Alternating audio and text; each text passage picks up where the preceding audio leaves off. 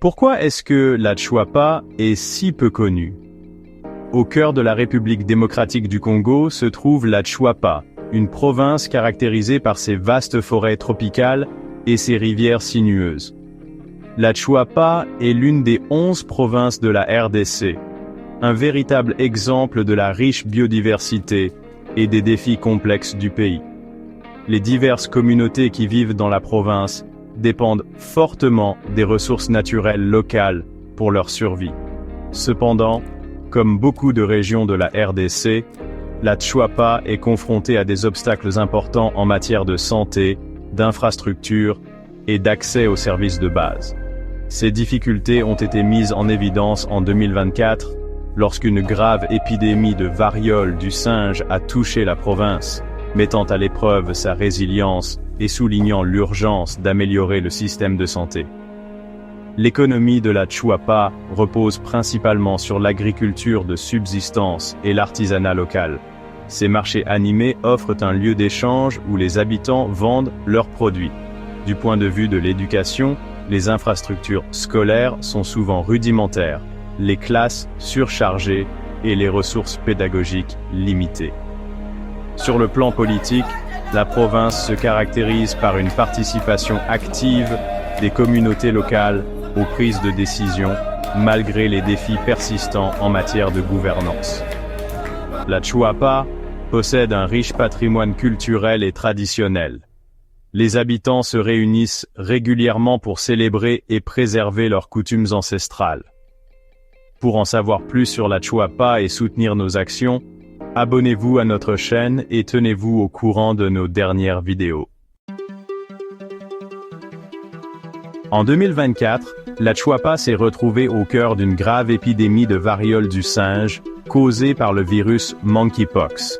Cette infection virale, auparavant cantonnée à certaines régions d'Afrique, était devenue un problème de santé publique mondiale.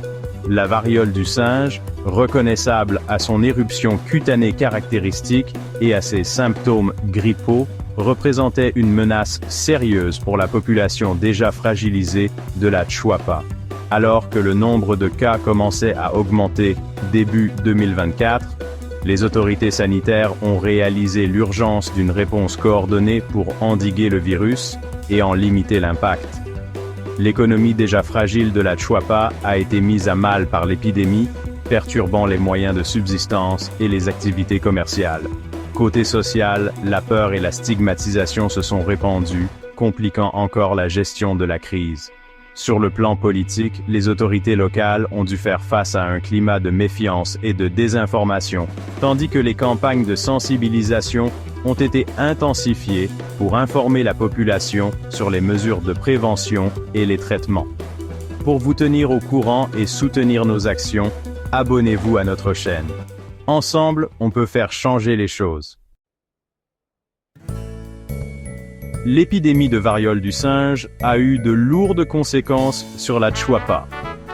En octobre 2024, la province avait enregistré le nombre alarmant de 2434 cas suspects de variole du singe, avec 299 cas confirmés et 135 décès.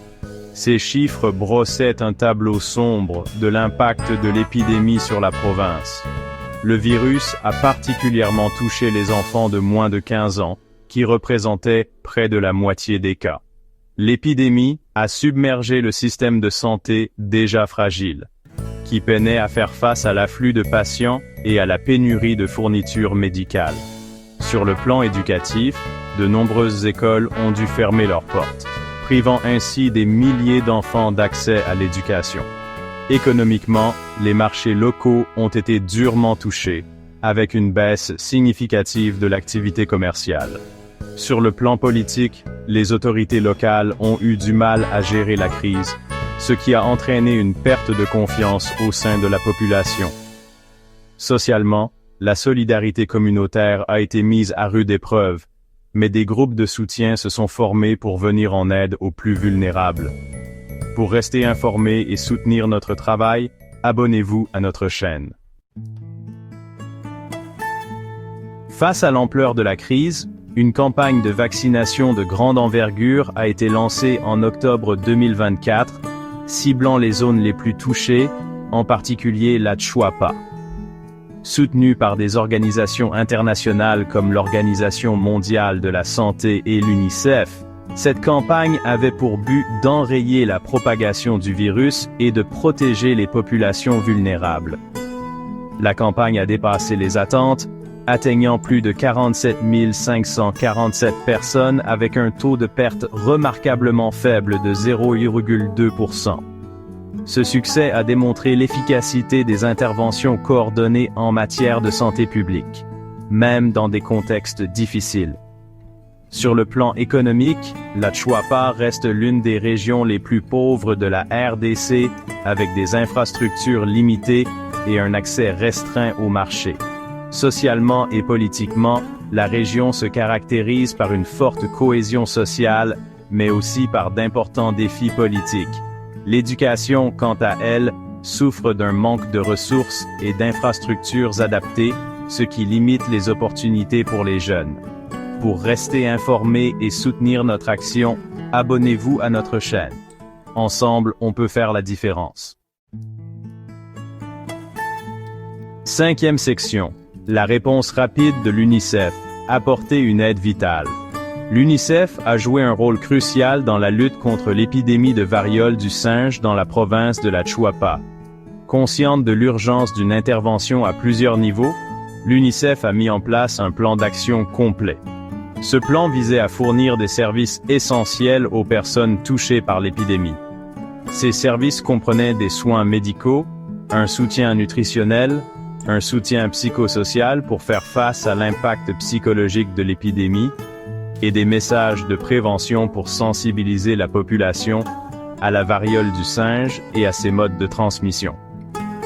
La situation économique en Chuapa est précaire, les marchés locaux étant en difficulté et les familles luttant pour subvenir à leurs besoins. Sur le plan social, les communautés sont confrontées à des défis importants, notamment en matière de cohésion sociale et de soutien mutuel. Sur le plan politique, la région est marquée par une instabilité qui entrave la mise en œuvre des programmes de développement. En matière d'éducation, les infrastructures sont insuffisantes, obligeant les enfants à apprendre dans des conditions difficiles. Pour continuer à soutenir ces actions vitales, abonnez-vous à notre chaîne et restez informés. 6e section. Au-delà de l'épidémie, le contexte sanitaire général. L'épidémie de variole du singe a révélé la fragilité du système de santé de la Chuapa et a mis en évidence la nécessité de solutions à long terme pour répondre aux problèmes de santé plus généraux de la province. Outre les maladies infectieuses comme la variole du singe, la Chuapa est confrontée à un lourd fardeau de maladies évitables, notamment le paludisme, les infections respiratoires et les maladies diarrhéiques. L'accès limité aux établissements de santé, surtout dans les zones rurales, un assainissement insuffisant et le manque d'eau potable aggravent ces problèmes de santé, ce qui rend crucial de s'attaquer aux facteurs sous-jacents qui contribuent à la mauvaise santé dans la province. La situation économique difficile, marquée par le chômage et une pauvreté généralisée, aggrave encore les défis sanitaires. Les problèmes sociaux et politiques, notamment l'instabilité et le manque de gouvernance efficace, freinent les efforts de développement. De plus, le faible niveau d'éducation et l'accès limité à un enseignement de qualité limitent les perspectives d'amélioration des conditions de vie et de santé dans la région. Pour rester informé et soutenir nos efforts, abonnez-vous à notre chaîne. 7e partie, un héritage de soutien. La présence continue des CDC. Les Centres pour le contrôle et la prévention des maladies des États-Unis, ou CDC, sont un partenaire constant pour le soutien des initiatives de santé publique en RDC depuis plus de 2 décennies. Depuis 2002, les CDC participent activement à divers programmes visant à renforcer la sécurité sanitaire du pays. Une des contributions majeures des CDC a été leur soutien à la création de l'Institut national de santé publique, ou INSP, en 2022.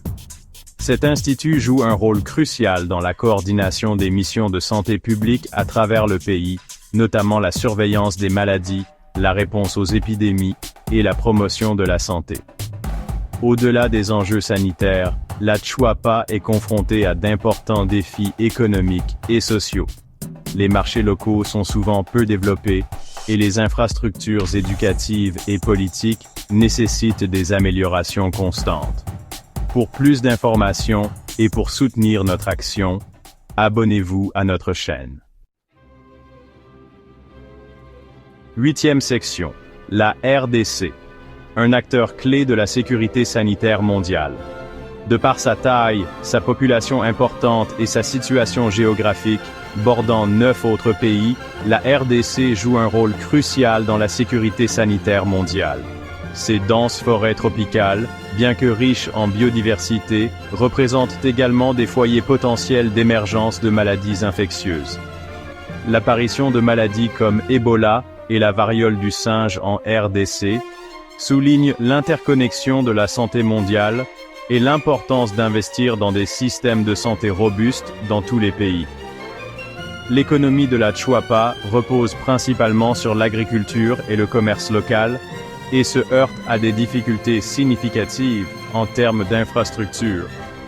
Sur le plan social, la région est riche de ses traditions et de la cohésion de ses communautés, mais elle est confrontée à des problèmes d'accès aux services sociaux et de développement communautaire. Politiquement, la Chuapa est dynamique, avec des initiatives visant à améliorer la gouvernance locale malgré des obstacles persistants. En matière d'éducation, la région peine à garantir un accès équitable à un enseignement de qualité, les infrastructures scolaires étant souvent inadéquates. Pour davantage de contenu sur la situation en RDC et d'autres sujets importants, abonnez-vous à notre chaîne et activez la cloche de notification. 9e partie, conclusion. Un avenir fait de résilience et de défis. L'épidémie de variole du singe de 2024 a été un rappel brutal des défis sanitaires auxquels la Chuapa et la RDC sont toujours confrontés. Pourtant, elle a aussi mis en lumière la résilience du peuple congolais et l'impact crucial de la collaboration internationale. Alors que la Chuapa se tourne vers l'avenir, elle le fait avec une détermination renouvelée à renforcer son système de santé, à améliorer l'accès aux services essentiels et à donner aux communautés les moyens de faire de leur santé et de leur bien-être une priorité. Sur le plan économique, la région cherche à diversifier ses sources de revenus et à stimuler le commerce local. Sur le plan social, l'accent est mis sur l'amélioration de l'éducation et l'accès à l'apprentissage pour tous les enfants. Sur le plan politique, des efforts sont déployés pour renforcer la gouvernance locale et encourager la participation citoyenne. Ensemble, ces initiatives visent à construire un avenir plus résilient et prospère pour la Chuapa et ses habitants. Abonnez-vous pour suivre notre aventure et soutenir notre cause.